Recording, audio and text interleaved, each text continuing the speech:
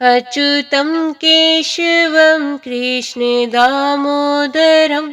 रामनारायणं जानकीवल्लभं रामनारायणं जानकीवल्लभम।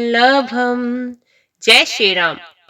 तब रावण ने अपना असली रूप दिखाया और जब नाम सुनाया तो सीता जी भयभीत हो गई। उन्होंने गहरा धीरज धरकर कहा, अरे दुष्ट, खड़ा तो रहे, प्रभु आ गए।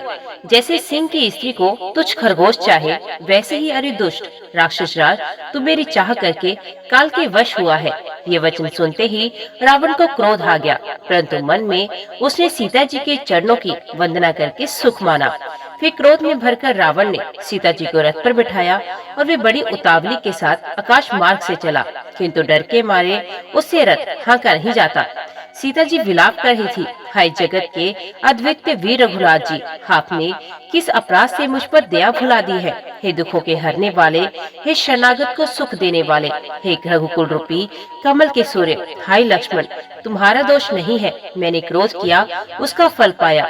श्री जानकी जी बहुत प्रकार से विलाप कर रही हैं। हाय प्रभु की कृपा तो बहुत है, परंतु वे स्नेही प्रभु बहुत दूर बह गए हैं। प्रभु को मेरी ये विपत्ति कौन सुनाए। यज्ञ के अन्न को गधा खाना चाहता है। सीता जी का भारी विलाप सुनकर जड़ चेतन सभी जीव दुखी हो गए। गिरिधराज जटायु ने सीता जी की दुख भरी वाणी सुनकर पहचान लिया कि ये रघुकुल तिलक श्री रामचंद्र जी की पत्नी है। उसने देखा कि नीच राक्षस उनको बुरी तरह लिए जा रहा है, जैसे कपिला गाय म्लेच्छ के पाले पड़ गई हो। वे बोला, हे सीते पुत्री, भय मत करो, मैं इस राक्षस का नाश करूंगा। ये कहकर वे पक्षी क्रोध में भरकर कैसे दौड़ा, जैसे पर्वत की ओर वज्र छूटता हो। उसने ललकार कर कहा, रे रे दुष्ट, खड़ा क्यों नहीं होता, निडर होकर चल दिया, मुझे तूने नहीं जाना। उनको यमराज के समान आता देखकर रावण घूमकर मन में अनुमान कर करने लगा, ये या तो मेनाक पर्वत है या पक्षियों का स्वामी गरुड़, पर वे गरुड़ तो अपने स्वामी विष्णु सहित मेरे बल को जानता है। कुछ पास आने पर रावण ने उसे पहचान लिया और बोला, ये तो बूढ़ा जटायु है, ये मेरे हाथ रूपी तीर्थ में शरीर छोड़ेगा। ये सुनते ही गीत क्रोध में भरकर बड़े वेग से दौड़ा और बोला, रावण मेरी सिखावन सुन, जानकी जी को छोड़कर कुशल पूर्वक अपने घर जा, नहीं तो हे बहुत भुजाओं वाले, ऐसा होगा कि श्री राम जी के क्रोध रूपी अत्यंत भयानक अग्नि में तेरा सारा वंश पतिंगा होकर भस्म हो जाएगा। योद्धा रावण कुछ उत्तर नहीं देता, तब गीत क्रोध करके दौड़ा।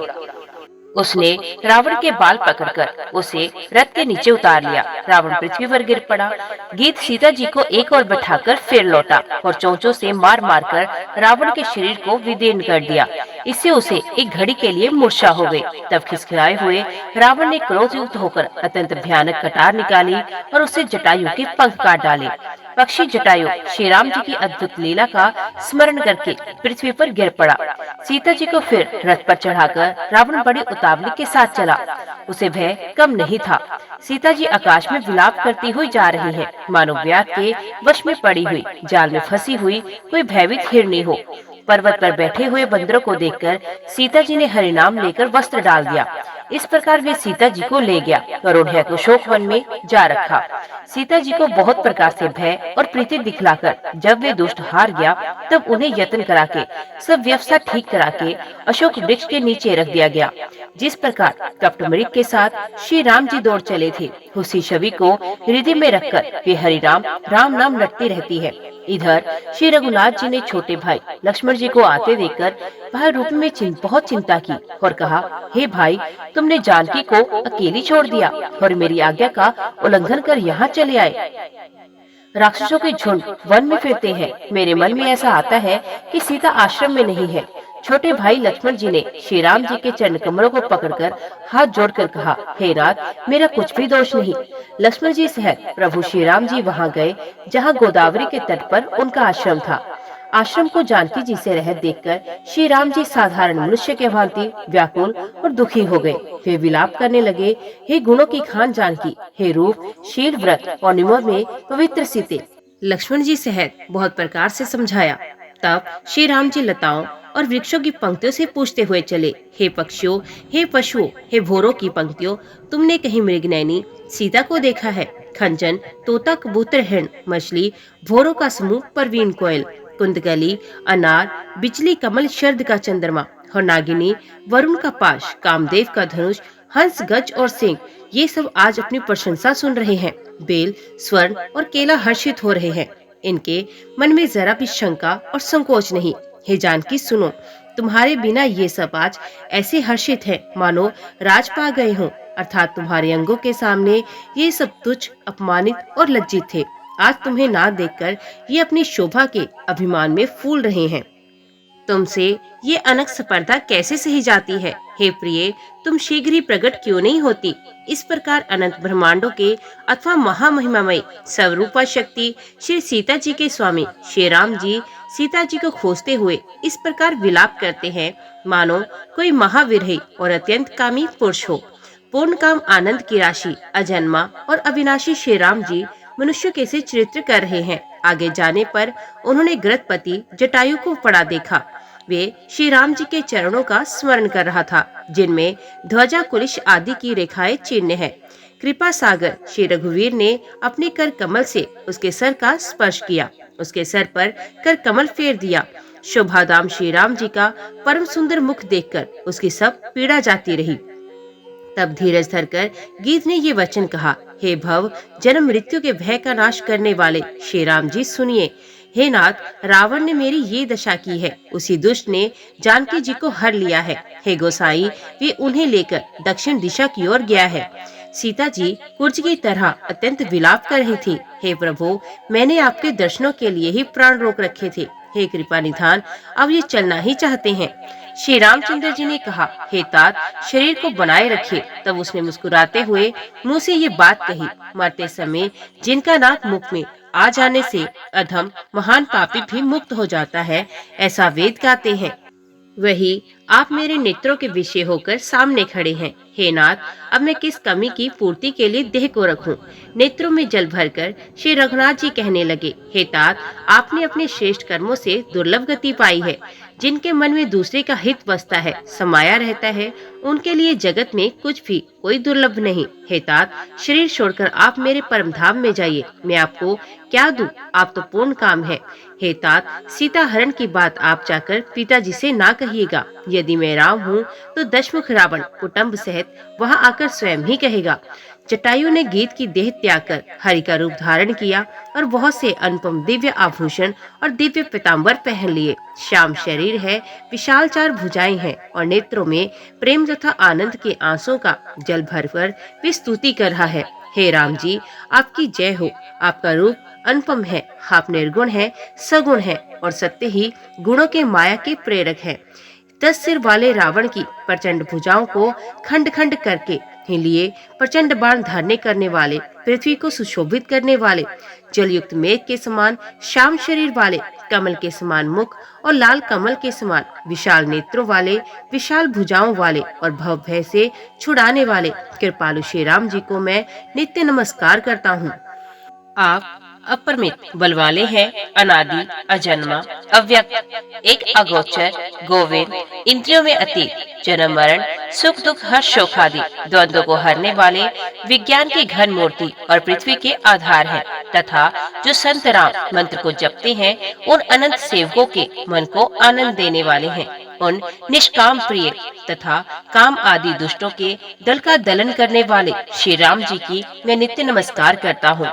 जिनको श्रुतियाँ निरंजन, भ्रम, व्यापक, निर्विकार और जन्म रहित कहकर गान करती हैं, मुनि जिन्हें ध्यान, ज्ञान, वैराग्य और योग आदि अनेक साधन करके पाते हैं, वे ही करुणाकंद शोभा के समूह स्वयं श्री भगवान प्रकट होकर जड़ चेतन समस्त जगत को मोहित कर रहे हैं।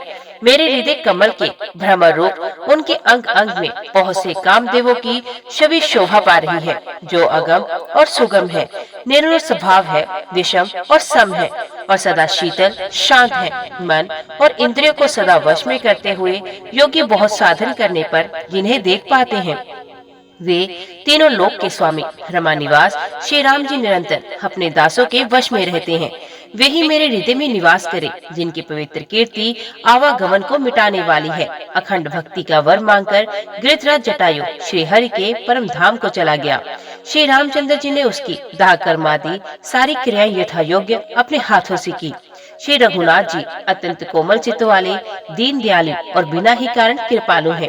गीत पक्षियों में भी अधम पक्षी और मांसाहारी था, उसको भी वे दुर्लभ गति दी जिसे योगी जन मांगते रहते हैं। शिव जी कहते हैं, हे पार्वती सुनो, वे लोग अभागे हैं जो भगवान को छोड़कर विषयों से अनुराग करते हैं। फिर दोनों भाई सीता जी को खोजते हुए आगे चले। वे वन की सघनता देखकर जाते हैं। वे सघन वन लताओं और वृक्षों से भरा है। उसमें बहुत से पक्षी, मृग, हाथी और सिंह रहते हैं। श्री राम जी ने रास्ते में आते हुए कबंध राक्षस को मार डाला। उसने अपने शाप की सारी बात कही। वे बोला, दुर्वासा जी ने मुझे शाप दिया था। अब प्रभु के चरणों को देखने से वे पाप मिट गया। श्री राम जी ने कहा, हे गंधर्व सुनो, मैं तुम्हें कहता हूँ, ब्राह्मण कुल से द्रोह करने वाला मुझे नहीं सुहाता। मन, वचन और कर्म से कपट छोड़कर जो भूदेव ब्राह्मणों की सेवा करता है, मुझ सहित ब्रह्मा, शिव आदि सब देवता उसके वश में हो जाते हैं। शाप देता हुआ, मारता हुआ और कठोर वचन कहता हुआ भी ब्राह्मण पूजनीय है। ऐसा संत कहते हैं, शील और गुण से ही भी ब्राह्मण पूजनीय है और गुण ज्ञानों से युक्त और ज्ञान से निपुण भी शूद्र पूजनीय नहीं है। श्री राम जी अपना धर्म भागवत धर्म कहकर उसे समझाया। अपने चरणों में प्रेम देखकर वे उनके मन को भाया। तदंतर श्री रघुनाथ जी के चरण कमलों में सिर नवाकर वे अपनी गति गंधर्व रूप का स्वरूप पाकर आकाश में चला गया। उदार श्री राम जी उसे गति देकर शबरी जी के आश्रम में पधारे। शबरी जी ने श्री रामचंद्र जी को घर में आया देखा। तब मुनि मतंग जी के वचनों को याद करके उनका मन प्रसन्न हो गया। कमल सदृश नेत्र और विशाल भुजा वाले, सर पर जटाओं का मुकुट और हृदय पर वनमाला धारण किए हुए सुंदर सांवले और गोरे दोनों भाइयों के चरणों में शबरी जी लिपट पड़ी। वे प्रेम में मगन हो गई। मुख से वचन नहीं निकलता, बार बार चरण कमलों से सर नवा रही हैं। सर फिर उन्होंने जल लेकर आदर पूर्वक दोनों भाइयों के चरण धोए और फिर उन्हें सुंदर आसनों पर बिठाया। उन्होंने अत्यंत रसीले और स्वादिष्ट कंद, मूल और फल लाकर श्री राम जी को दिए। प्रभु ने बार बार प्रशंसा करके उन्हें प्रेम सहित खाया। फिर वे हाथ जोड़कर आगे खड़ी हो गई। प्रभु को देखकर उनका मन प्रेम अत्यंत बढ़ गया। उन्होंने कहा, मैं किस प्रकार आपकी स्तुति करूं? मैं नीच जाति की और अत्यंत मूढ़ बुद्धि हूँ, जो अधम से भी अधम है। स्त्रियां उनमें भी अत्यंत अधम है और उनमें भी मैं पापनाशन, मैं मंद बुद्धि हूँ। श्री रघुनाथ जी ने कहा, हे भामिनी, मेरी बात सुनो। मैं तो केवल एक भक्ति का ही संबंध मानता हूँ। जाति पाति, कुल, धर्म, बड़ाई, धन, बल, कुटुंब, गुण और चतुरता, इन सब के होने पर भी भक्ति से रहित मनुष्य कैसा लगता है? जैसे जलहीन बादल शोभाहीन दिखाई पड़ता है। मैं तुझसे अब अपनी नवधा भक्ति कहता हूँ। तुम सावधान होकर सुनो और मन में धारण करो। पहली भक्ति है संतों का सत्संग, दूसरी भक्ति है मेरे कथा प्रसंग में प्रेम, तीसरी भक्ति है अभिमान रहित होकर गुरु के चरण कमलों की सेवा और चौथी भक्ति ये है कि कपट छोड़कर मेरे गुण समूहों का गान करे। मेरे राम मंत्र का जाप और मुझ में दृढ़ विश्वास, ये पांचवी भक्ति है जो वेदों में प्रसिद्ध है। छठी भक्ति है इंद्र का निग्रह शील, अच्छा स्वभाव या चरित्र, बहुत कार्यों से वैराग्य और निरंतर संत पुरुषों के धर्म आचरण में लगे रहना। सातवीं भक्ति है जगत भर को संभाव से मुझ में ओत्र राममय देखना और संतों को मुझसे भी अधिक करके मानना। आठवीं भक्ति जो कुछ मिल जाए उसी में संतोष करना और स्वप्न में भी पराये दोषों को ना देखना। नवीं भक्ति है सरलता और सबके साथ कपट रहित बर्ताव करना, हृदय में मेरा भरोसा रखना और किसी भी अवस्था में हर्ष विषाद लगा ना होना। इन नवों में से जिनके एक भी होती है, वे स्त्री पुरुष जड़ चित्र कोई भी हो। हे भामिनी, मुझे वही अत्यंत प्रिय है। फिर तुझमें तो सभी प्रकार की भक्ति दृढ़ है। अतएव जो गति योगियों को भी दुर्लभ है, वही आज तेरे लिए सुलभ हो गई है। मेरे दर्शन का परम अनुपम फल ये है कि जीव अपने सहज स्वरूप को प्राप्त हो जाता है। हे भामिनी, अब यदि तू गजगामिनी जानकी की कुछ खबर जानती हो तो बता। शबरी ने कहा, हे रघुनाथ जी, आप पंपा नामक सरोवर को जाइए, वहाँ आपकी सुग्रीव से मित्रता होगी। हे देव, हे रघुवीर, वे सब हाल बताएगा। हे धीर बुद्धि, आप सब जानते हुए भी मुझसे पूछते हैं। बार बार प्रभु के चरणों में सर नवाकर प्रेम सहित उसने सब कथा सुनाई। सब कथा कहकर भगवान के मुख के दर्शन कर हृदय में उनके चरण कमलों को धारण कर लिया और योगाग्नि से देह को त्याग कर वे उस दुर्लभ में हरि पद में लीन हो गई, जहाँ से लौटना नहीं होता। तुलसीदास जी कहते हैं कि अनेकों प्रकार के कर्म, अधर्म और बहुत से मत, ये सब शोक शोकप्रद है। हे मनुष्यों, इनका त्याग कर दो और विश्वास करके श्री राम जी के चरणों में प्रेम करो। जो नीच जाति की और पापों की जन्मभूमि थी, ऐसी स्त्री को भी जिन्होंने मुक्त कर दिया। अरे महादुर्बुद्धि मन, तू ऐसे प्रभु को भूलकर सुख चाहता है। श्री रामचंद्र जी ने उस वन को भी छोड़ दिया और वे आगे चले। दोनों भाई अतुल्य बलवान और मनुष्यों में से सिंह के समान है। प्रभु विरह की तरह विषाद करते हुए अनेकों कथाएं और संवाद कहते हैं। हे लक्ष्मण, जरा वन की शोभा तो देखो। इसे देखकर किसका मन शुद्ध नहीं होगा। पक्षी और पशुओं के समूह सभी स्त्री सहित हैं, मानो वे मेरी निंदा कर रहे हो। हमें देखकर जब डर के मारे हिरणों के झुंड भागने लगते हैं, तब हिरनियां उनसे कहती हैं, तुमको भय नहीं है, तुम तो साधारण हिरणों से पैदा हुए हो। अब तुम आनंद करो। ये तो सोने का हिरण खोजने आए हैं। हाथी हथनी को साथ लगा लेते हैं। वे मानो मुझे शिक्षा देते हैं कि स्त्री को कभी अकेली नहीं छोड़ना चाहिए। भली भांति चिंतन किए हुए शास्त्र को भी बार बार देखते रहना चाहिए। अच्छी तरह सेवा किए हुए भी राजा को वश में नहीं समझना चाहिए। और स्त्री को चाहे हृदय में ही क्यों न रखा जाए, परंतु युक्ति स्त्री, शास्त्र और राजा किसी के वश में नहीं रहते। हे तात, इस सुंदर वसंत को तो देखो। प्रिया के बिना मुझको ये भय उत्पन्न कर रहा है। मुझे वीरे से व्याकुल, बलहीन और बिल्कुल अकेला जानकर कामदेव ने वन, भोरों और पक्षियों को साथ लेकर मुझ पर धावा बोल दिया। परंतु जब उसका दूत ये देख गया कि मैं भाई के साथ हूँ, अकेला नहीं हूँ, तब उसकी बात सुनकर कामदेव ने मानो सेना को रोककर डेरा डाल दिया हो। विशाल वृक्षों में लताएं उलझी हुई ऐसे मालूम होती हैं, मानो नाना प्रकार के तंबू टान दिए गए हों। केला और तार सुंदर ध्वजा पताका के समान है। इन्हें देखकर वही नहीं मोहित होता जिसका मन धीर है। अनेकों वृक्ष नाना प्रकार के फूले हुए हैं, मानो अलग अलग बाना वर्दी धारण किए हुए बहुत से तीर अंदाज हों। कहीं कहीं सुंदर वृक्ष शोभा दे रहे हैं, मानो योद्धा लोग अलग अलग होकर शावरे डाले हों। कोयले कूज रही हैं, वही मानो मतवाले हाथी चिघाड़ रहे हैं। ढेक और महोक पक्षी मानो ऊंट और खच्चर हैं। मोर, चकोर, तोते, कबूतर और हंस मानो सब सुंदर ताजी अरबी घोड़े हैं। तीतर और बटेर पैदल सिपाहियों के झुंड हैं। कामदेव की सेना का वर्णन नहीं हो सकता। पर्वतों की शिलाएं, रथ और जल के झरने नगाड़े हैं। पपीहे भाट है जो गुण समूह वृंदावली को वर्णन करते हैं। भोरों की गुंजार मेरी भेरी और शहनाई है। शीतल मंद और सुगंधित हवा मानो दूध का काम लेकर आई है। इस प्रकार चतुरंगनी सेना साथ लिए कामदेव मानो सबको चुनौती देता हुआ विचर रहा है। हे लक्ष्मण, कामदेव की इस सेना को देखकर जो धीर बने रहते हैं, जगत में उन्हीं की वीरों में स्फूर्तिष्ठा होती है। इस कामदेव के एक स्त्री का बड़ा भारी बल है। उसे जो बच जाए वही श्रेष्ठ योद्धा है। हे तात, काम, क्रोध और लोभ ये तीन अत्यंत प्रबल दुष्ट हैं। ये विज्ञान के धाम मुनियों के भी मनों को पल भर में शुद्ध करते हैं। लोभ को इच्छा और दंभ का बल है। काम को केवल स्त्री का बल है और क्रोध को कठोर वचनों का बल है। श्रेष्ठ मुनि विचार कर ऐसा कहते हैं। शिव जी कहते हैं, हे पार्वती, श्री रामचंद्र जी गुणातीत, तीनों गुणों से परे, चराचर जगत के स्वामी और सबके अंतर की जानने वाले हैं। उपयुक्त बातें कहकर उन्होंने कामी लोगों की दीनता बेवसी दिखलाई है और धीर विवेकी पुरुषों के मन में वैराग्य को दृढ़ किया है। क्रोध, काम, लोभ, मद और माया ये सभी श्री राम जी की दया से छूट जाते हैं। वे नटराज भगवान जिस पर प्रसन्न होता है, वे मनुष्य इंद्रजाल माया में नहीं भूलता। हे उमा, मैं तुम्हें अपना अनुभव कहता हूँ।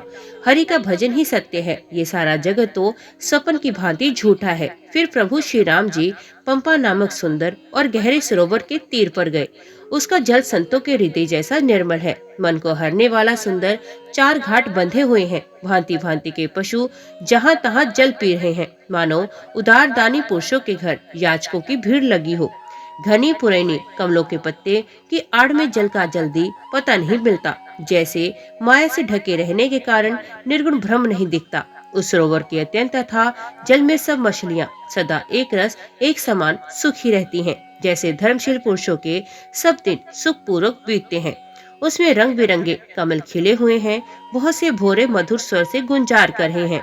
जल के मुर्गे और राजहंस बोल रहे हैं, मानो प्रभु को देखकर उनकी प्रशंसा कर रहे हों। चक्रवाक, बगुले आदि पक्षियों का समुदाय देखते ही बनता है। उनका वर्णन नहीं किया जा सकता।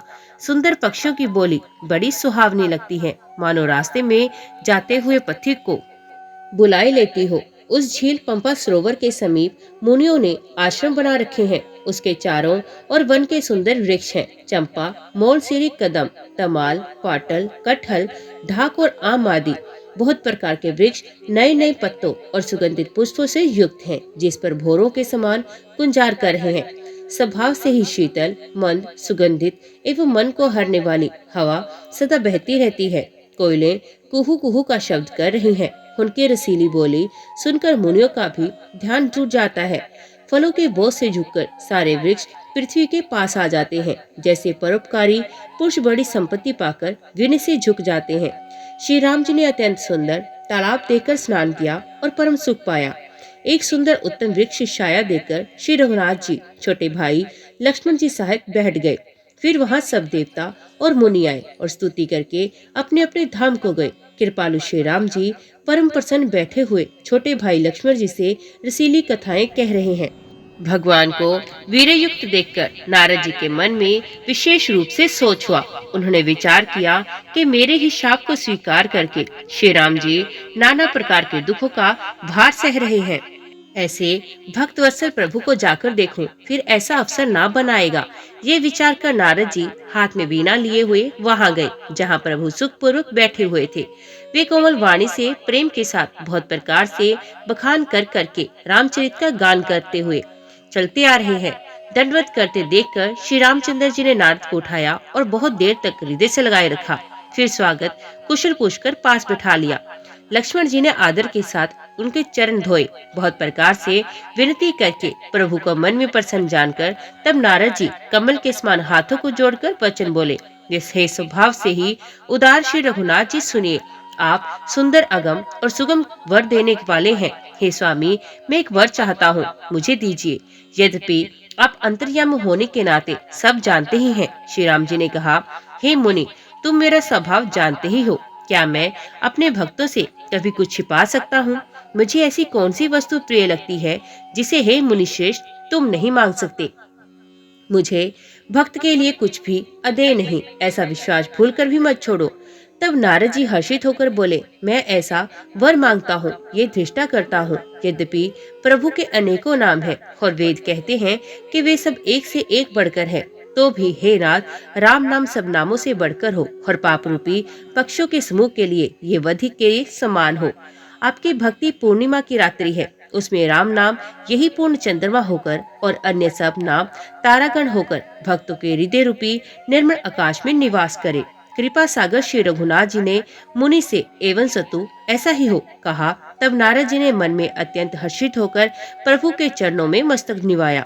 श्री रघुनाथ जी को अत्यंत प्रसन्न जानकर नारद जी फिर कोमल वाणी में बोले, हे राम जी, हे रघुनाथ जी, सुनिए। जब आपने अपनी माया को प्रेरित करके मुझे मोहित किया था, तब मैं विवाह करना चाहता था। हे प्रभु, आपने मुझे किस कारण विवाह नहीं करने दिया? प्रभु बोले, हे मुनि, सुनिए। मैं तुम्हें हर्ष के साथ कहता हूँ कि जो समस्त आशा भरोसा छोड़कर केवल मुझको ही भजते हैं, मैं सदा उनकी वैसे ही रखवाली करता हूँ जैसे माता बालक की रक्षा करती है।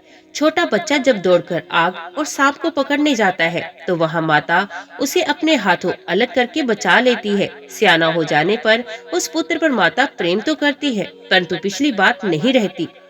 ज्ञानी मेरे सियाने पुत्र के समान है और तुम्हारे जैसा अपने बल का मान करने वाला सेवक मेरे शिशु पुत्र के समान है।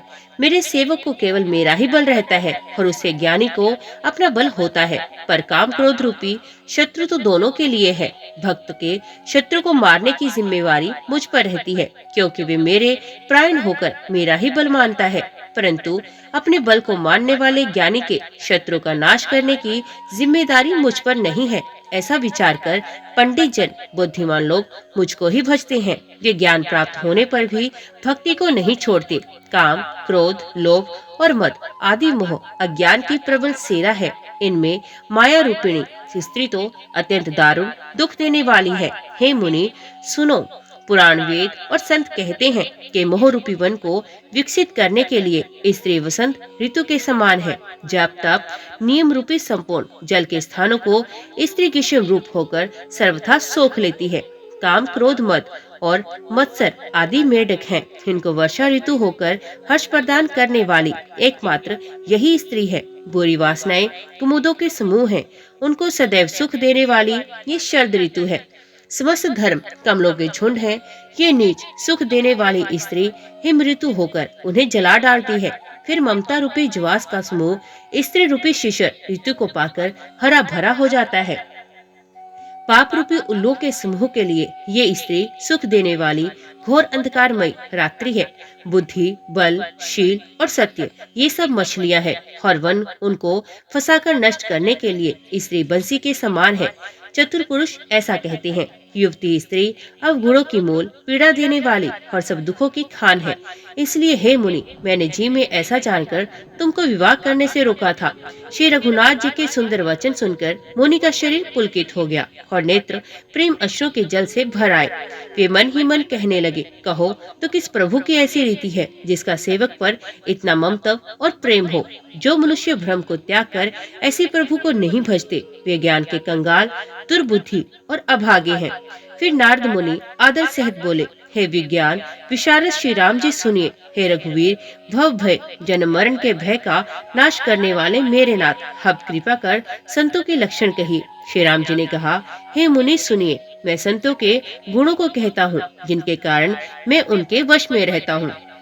वे संत काम, क्रोध, लोभ, मोह, मद और मत्सर इन 6 विकारों दोषों को जीते हुए पाप रहित, कामना रहित, निश्चल, अकिंचन, बाहर भीतर से पवित्र, सुख के धाम, असीम ज्ञानवान, इच्छा रहित, मिताहारी, सत्यनिष्ठ, कवि, विद्वान, योगी, सावधान, दूसरों को मान देने वाले, अभिमान रहित, धैर्यवान, धर्म के ज्ञान और आचरण में अत्यंत निपुण, गुणों के घर, संसार के दुखों से रहित, संदेहों से सर्वथा छूटे हुए होते हैं। मेरे चरण कमलों को छोड़कर उनको न देह ही प्रिय होती है, न घर ही। कानों से अपने गुण सुनने में सकुचाते हैं, दूसरों के गुण सुनने से विशेष हर्षित होते हैं। सम और शीतल हैं, न्याय का कभी त्याग नहीं करते, सरल स्वभाव होते हैं और सभी से प्रेम रखते हैं। वे जब तब व्रत, दम, संयम और नियम से व्रत रहते हैं और गुरु, गोविंद तथा ब्राह्मणों के चरणों में प्रेम रखते हैं। उनमें श्रद्धा, क्षमा, मैत्री, दया, प्रसन्नता और मेरे चरणों में निष्कपट प्रेम होता है तथा वैराग्य, विवेक, विनय, विज्ञान और वेद पुराण का यथार्थ ज्ञान रहता है। वे दंभ, अभिमान और मद कभी नहीं करते और भूलकर भी कुमार्ग पर पैर नहीं रखते। सदा मेरी लीलाओं को गाते सुनते हैं और बिना ही कारण दूसरों के हित में लगे रहते हैं। हे मुनि सुनो, संतों के जितने गुण हैं, उनको सरस्वती और वेद भी नहीं कह सकते, शेष और शारदा भी नहीं कह सकते। ये सुनते ही नारद जी ने श्री राम जी के चरण कमल पकड़ लिए। दीन बंधु कृपालु प्रभु ने इस प्रकार अपने श्रीमुख से अपने भक्तों के गुण कहे। भगवान के चरणों में बार बार सर नवाकर नारद जी ब्रह्मलोक को चले गए। तुलसीदास जी कहते हैं कि वे पुरुष धन्य है जो सब आशा छोड़कर केवल श्री हरि के रंग में रंग गए हैं। जो लोग रावण के शत्रु श्री राम जी का पवित्र यश गाएंगे और सुनेंगे, वो वैराग्य, जप और योग के बिना ही श्री राम जी की दृढ़ भक्ति पाएंगे। युवती स्त्रियों के शरीर दीपक की लौ के समान है। हे मन, तू उसका पतंगा न बन। काम और मद को छोड़कर श्री रामचंद्र जी का भजन कर और सदा सत्संग कर। कुंद पुष्प और नील कमल के समान सुंदर और एवं श्याम वर्ण, अत्यंत बलवान, विज्ञान के धाम, शोभा संपन्न, श्रेष्ठ धनुधर, वेदों के द्वारा वंदित, गो एवं ब्राह्मणों के समूह के प्रिय अथवा प्रेमी, माया से मनुष्य रूप धारण किए हुए श्रेष्ठ धर्म के लिए कवच स्वरूप, सबके हितकारी, श्री सीता जी की खोज में लगे हुए पथिक रूप रघुकुल के श्रेष्ठ श्री राम जी और श्री लक्ष्मण जी दोनों भाई निश्चय ही हमें भक्ति प्रद हो। हे सुकृति पुण्यात्मा पुरुष धन्य है जो वेद रूपी समुद्र के मथने से उत्पन्न हुए कलयुग के मल को सर्वथा नष्ट करने वाले हैं। अविनाशी भगवान श्री शंभु के सुंदर एवं श्रेष्ठ मुख रूपी चंद्रमा में सदा शोभायमान, जन्म मरण रूपी रोग के औषध, सबको सुख देने वाले और श्री जानकी जी के जीवन स्वरूप श्री राम नाम रूपी अमृत का निरंतर पान करते रहते हैं। जहाँ श्री शिव पार्वती बसते हैं, उस काशी को मुक्ति की जन्मभूमि, ज्ञान की खान और पापों का नाश करने वाली जानकर उसका सेवन क्यों ना किया जाए। जिस भीषण हलाहल विष से सब देवतागण जल रहे थे, उसको जिन्होंने स्वयं पान कर लिया, रे मंदमन, तो उन शंकर जी को क्यों नहीं भजता। उनके समान कृपालु और कौन है। श्री रघुनाथ जी फिर आगे चले। ऋषिमुख पर्वत निकट आ गया, जहाँ मंत्रियों से सुग्रीव रहते थे। अतुलनीय बल की सीमा श्री रामचंद्र जी और लक्ष्मण जी को आते देखकर सुग्रीव अत्यंत भयभीत होकर बोले, हे हनुमान, सुनो, ये दोनों पुरुष बल और रूप के निधान हैं। तुम ब्रह्मचारी का रूप धारण करके जाकर देखो। अपने हृदय में उनकी यथार्थ बात जानकर मुझे इशारे से समझाकर कह देना। यदि वे मन के मलिन बाली के भेजे हुए हों, तो मैं तुरंत ही इस पर्वत को छोड़कर भाग जाऊं। ये सुनकर हनुमान जी ब्राह्मण का रूप धरकर वहां गए और मस्तक नवाकर इस प्रकार पूछने लगे, हे वीर, सांवले और गोरे शरीर वाले आप कौन हैं जो क्षत्रिय के रूप में वन में घूम रहे हैं। हे स्वामी, कठोर भूमि पर कोमल चरणों से चलने वाले आप किस कारण वन में विचर रहे हैं। मन को हरण करने वाले आपके सुंदर कोमल अंग हैं और आप वन के दुसह धूप और वायु को सह रहे हैं। क्या आप ब्रह्मा, विष्णु, महेश, इन तीन देवताओं में से कोई हैं, या आप दोनों नर और नारायण हैं, अथवा आप जगत के मूल कारण और संपूर्ण लोगों के स्वामी स्वयं भगवान हैं, जिन्होंने लोगों को भवसागर से पार उतारने तथा पृथ्वी का भार नष्ट करने के लिए मनुष्य रूप में अवतार लिया है। श्री रामचंद्र जी ने कहा, हम कौशल राज दशरथ जी के पुत्र हैं और पिता का वचन मानकर वन में आए हैं। हमारे राम लक्ष्मण नाम है। हम दोनों भाई हैं। हमारे साथ सुंदर सुकुमारी स्त्री थी। यहाँ वन में राक्षस ने मेरी पत्नी जानकी को हर लिया। हे ब्राह्मण, हम उसे ही खोज रहे हैं। हमने तो अपना चरित्र कह सुनाया, अब हे ब्राह्मण, अपनी कथा समझाकर कहिए। प्रभु को पहचान कर हनुमान जी उनके चरण पकड़कर पृथ्वी पर गिर पड़े। उन्होंने साष्टांग प्रणाम किया। शिव जी कहते हैं, हे पार्वती, वे सुख वर्णन नहीं किया जा सकता। शरीर पुलकित है, मुख से वचन नहीं निकलता। ये प्रभु के सुंदर वेश की रचना देख रहे हैं। फिर धीरज धरकर स्तुति की। अपने नाथ को पहचान लेने से हृदय में हर्ष हो रहा है। फिर हनुमान जी ने कहा, हे स्वामी, मैंने जो पूछा वे मेरा पूछना तो न्याय था। वर्षों के बाद आपको देखा, वे भी तपस्वी के वेश में, और मेरी वानरी बुद्धि, इससे मैं तो आपको पहचान न सका और अपनी परिस्थिति के अनुसार मैंने आपसे प्रश्न पूछा, परंतु आप मनुष्य की तरह कैसे पूछ रहे हैं। मैं तो आपकी माया के वश भूला फिरता हूँ, इसी से मैंने अपने स्वामी आपको नहीं पहचाना। एक तो मैं यो ही मंद हूँ, दूसरे मोह के वश में हूँ, तीसरे हृदय का कुटिल और अज्ञानी हूँ। फिर हे दीन बंधु भगवान, प्रभु आपने मुझे भुला दिया। हे नाथ, यद्यपि मुझ में बहुत से अवगुण हैं, तथापि सेवक स्वामी की विस्मृति में ना पड़े, आप उसे ना भूल जाए। हे नाथ, जीव आपकी माया से मोहित है, वे आप ही के कृपा से निस्तार पा सकता है। उस पर हे रघुवीर, मैं आपकी दुहाई करके कहता हूँ कि मैं भजन साधन कुछ नहीं जानता। सेवक स्वामी के और पुत्र माता के भरोसे निश्चिंत रहता है। प्रभु को सेवक का पालन पोषण करते ही बनता है। ऐसा कहकर हनुमान जी अकुलाकर प्रभु के चरणों पर गिर पड़े। उन्होंने अपना असली शरीर प्रकट कर दिया। उनके हृदय में प्रेम छा गया। तब श्री रघुनाथ जी ने उन्हें उठाकर हृदय से लगा लिया और अपने नेत्रों के जल से सींचकर शीतल किया। फिर कहा, हे कपि सुनिए, मन में ग्लानि मत करना, मन छोटा न करना।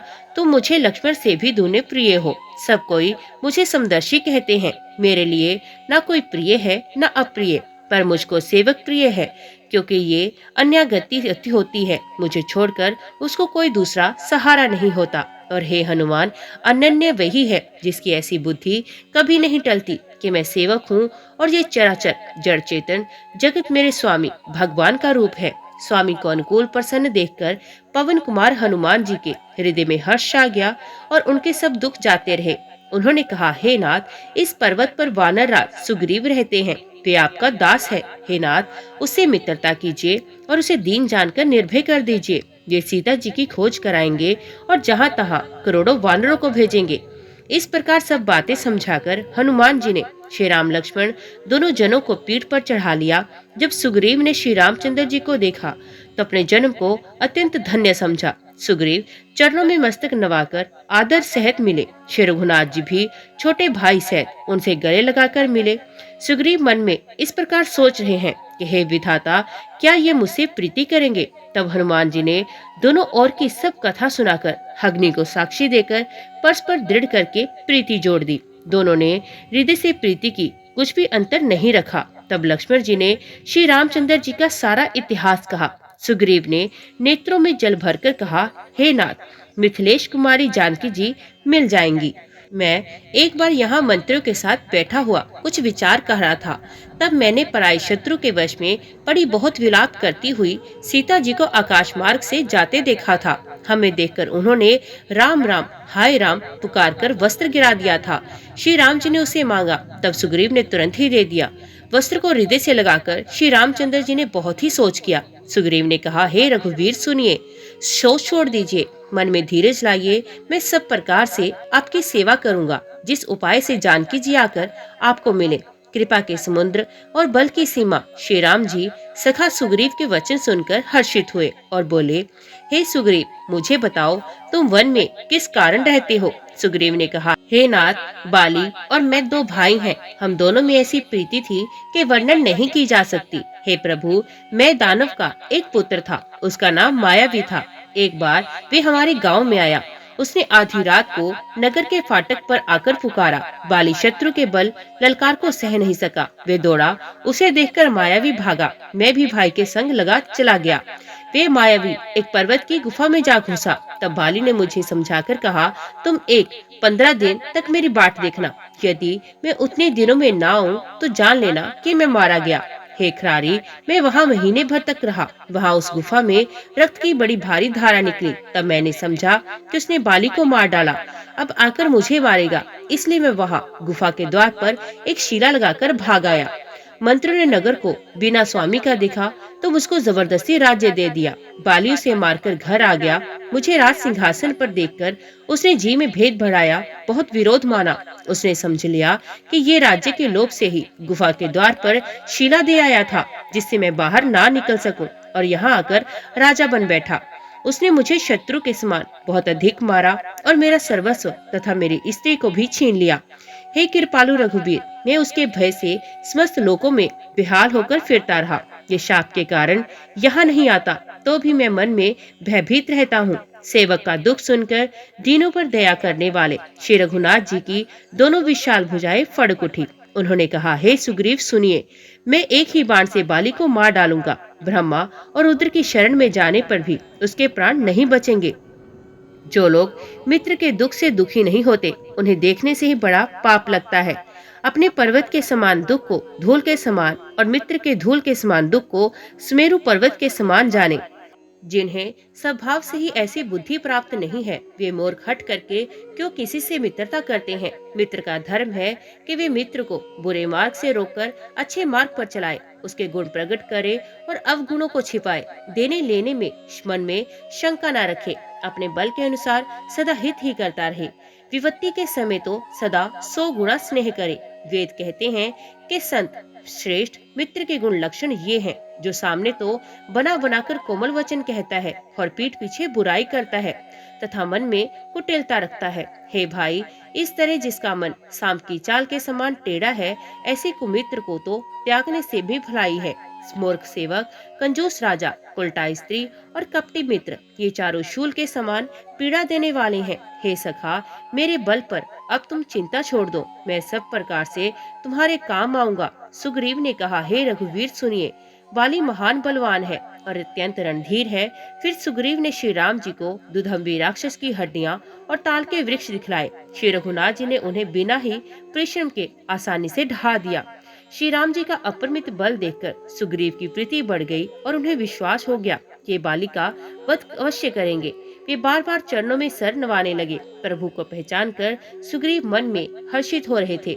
जब ज्ञान उत्पन्न हुआ तब वे ये वचन बोले कि हे नाथ, आपकी कृपा से अब मेरा मन स्थिर हो गया। सुख संपत्ति, परिवार और बड़ाई सबको त्याग कर मैं आपकी सेवा ही करूंगा, क्योंकि आपके चरणों की आराधना करने वाले संत कहते हैं कि ये सब सुख संपत्ति आदि राम भक्ति के विरोधी हैं। जगत में जितने भी शत्रु मित्र और सुख दुख आदि द्वंद्व हैं, वे सब के सब माया रचित वास्तव में नहीं है। हे श्री राम जी, बाली तो मेरा परम हितकारी है, जिसकी कृपा से शोक का नाश करने वाले आप मुझे मिले, और जिसके साथ अब स्वप्न में भी लड़ाई हो तो जागने पर उसे समझकर मन में संकोच होगा कि स्वप्न में भी मैं उससे क्यों लड़ा। हे प्रभु, अब तो इस प्रकार कृपा कीजिए कि सब छोड़कर दिन रात मैं आपका भजन ही करूं। सुग्रीव की वैराग्य युक्त वाणी सुनकर हाथ में धनुष धारण करने वाले श्री राम जी मुस्कुराकर बोले, तुमने जो कुछ कहा वे सभी सत्य है, परंतु हे सखा, मेरा वचन मिथ्या नहीं होता, अर्थात बाली मारा जाएगा और तुम्हें राज्य मिलेगा। काकभूषणी जी कहते हैं कि पक्षियों के राजा गरुड़ नटमदारी के बंदर की तरह श्री राम जी सबको नचाते हैं। वे ऐसा कहते हैं। जय श्री राम। आज की वीडियो में इतना ही। उम्मीद करती हूँ वीडियो आपको पसंद आई होगी। वीडियो पसंद आई हो तो वीडियो को लाइक और चैनल को सब्सक्राइब जरूर कीजिएगा। जय श्री राम लिखकर कमेंट बॉक्स में अपनी हाजिरी और अपने सुझाव देना ना भूलेगा। तो मिलते हैं अगली कथा अगले अध्याय के साथ। तब तक के लिए देखते व सुनते रहिए। जय मां कंजक, जय माता दी।